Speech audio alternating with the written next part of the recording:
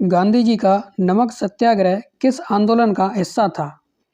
तो दोस्तों इसका आपका करेक्ट आंसर है ऑप्शन नंबर सी, यानी कि सविनय अवज्ञा आंदोलन।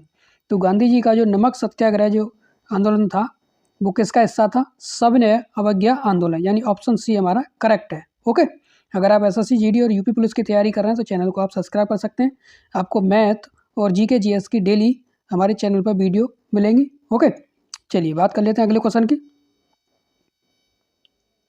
14वें वित्त आयोग के अध्यक्ष कौन थे? 14वें वित्त आयोग के अध्यक्ष कौन थे? तो दोस्तों इसका आपका करेक्ट आंसर है ऑप्शन नंबर डी। क्या है?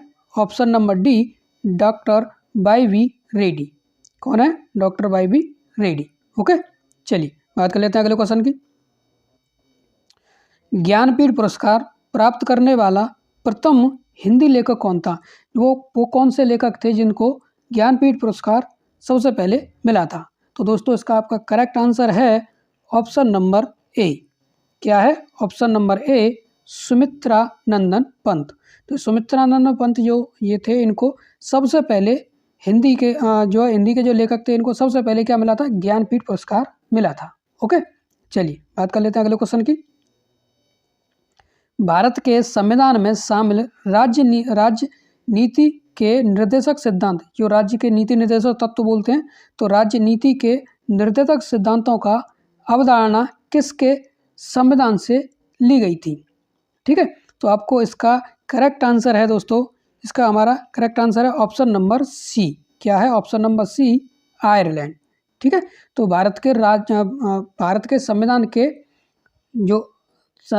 संविधान में जो राज्य के नीति निर्देशक जो तत्व वो कहाँ से लिए गए थे? आयरलैंड के संविधान से लिए गए थे। ओके, चलिए बात कर लेते हैं अगले क्वेश्चन की। भारतीय संविधान के किस अनुच्छेद को डॉक्टर बी आर अम्बेडकर ने भारतीय संविधान का हृदय और आत्मा कहा है? तो दोस्तों इसका आपका करेक्ट आंसर है ऑप्शन नंबर डी। क्या है? ऑप्शन नंबर डी, यानी कि अनुच्छेद 32, आर्टिकल 32। आर्टिकल 32 को डॉक्टर बी आर अम्बेडकर ने क्या कहा है? संविधान की हृदय और आत्मा कहा है। ओके, चलिए बात कर लेते हैं अगले क्वेश्चन की। भारत में कौन सी नदी रिफ्ट घाटी में बहती है? रिफ्ट घाटी, इसको हिंदी में विभ्रंश बोलते हैं, इंग्लिश में रिफ्ट घाटी बोलते हैं। तो भारत में कौन सी नदी जो है वो रिफ्ट घाटी में बहती है? तो दोस्तों इसका आपका करेक्ट आंसर है ऑप्शन नंबर ए। क्या है? ऑप्शन नंबर ए, नर्मदा नदी। जो नर्मदा नदी है वो किस में? रिफ्ट घाटी में, यानी विभ्रंश घाटी में क्या करती है? बहती है। ओके, चलिए बात कर लेते हैं अगले क्वेश्चन की। एड्स के विषाणु किसे नष्ट कर देते हैं? जो एड्स होता है HIV, उसके विषाणु जो किसे नष्ट कर देते हैं? तो दोस्तों इसका आपका करेक्ट आंसर है ऑप्शन नंबर बी। क्या है? Option number B, lymphocyte. जो लिम्फोसाइट होता है इसको क्या एड्स के विषाणु क्या कर देते हैं? नष्ट कर देते हैं। ओके, चलिए बात कर लेते हैं अगले क्वेश्चन की।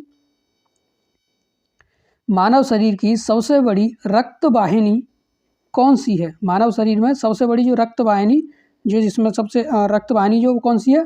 तो इसका आपका करेक्ट आंसर है क्वेश्चन नंबर 8 का आपका करेक्ट आंसर है option number B. Option number B, महाधमनी। जो महाधमनी है वो मानव शरीर की सबसे बड़ी रक्त वाहिनी है। ओके, चलिए बात कर लेते हैं अगले क्वेश्चन की। लोधी वंश का संस्थापक कौन था?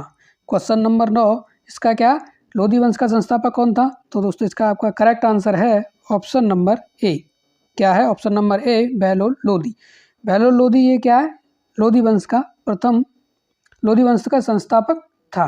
ओके, चलिए बात कर लेते हैं अगले क्वेश्चन की। ब्रिटिश संसद का सदस्य बनने वाला पहला भारतीय कौन था? जो ब्रिटिश संसद थी उसका सदस्य बनने वाले जो पहले भारतीय थे वो कौन थे? तो दोस्तों इसका आपका करेक्ट आंसर है ऑप्शन नंबर बी। क्या है? ऑप्शन नंबर बी, दादा भाई नौरोजी। जो दादा भाई नौरोजी थे ये ब्रिटिश संसद के सदस्य बनने वाले पहले भारतीय थे। ओके, चलिए तो दोस्तों आज की क्लास में बस इतना ही। अगर आपको वीडियो अच्छी लगी हो तो चैनल को सब्सक्राइब कर लेना। ओके, अब आपको मैथ्स और जीके जीएस की daily shorts video daily upload करना है आपके लिए, तो आप चैनल को सब्सक्राइब कर सकते हैं। ओके, चलिए मिलते हैं नेक्स्ट वीडियो में ऐसे ही अच्छे क्वेश्चनों के साथ। ओके।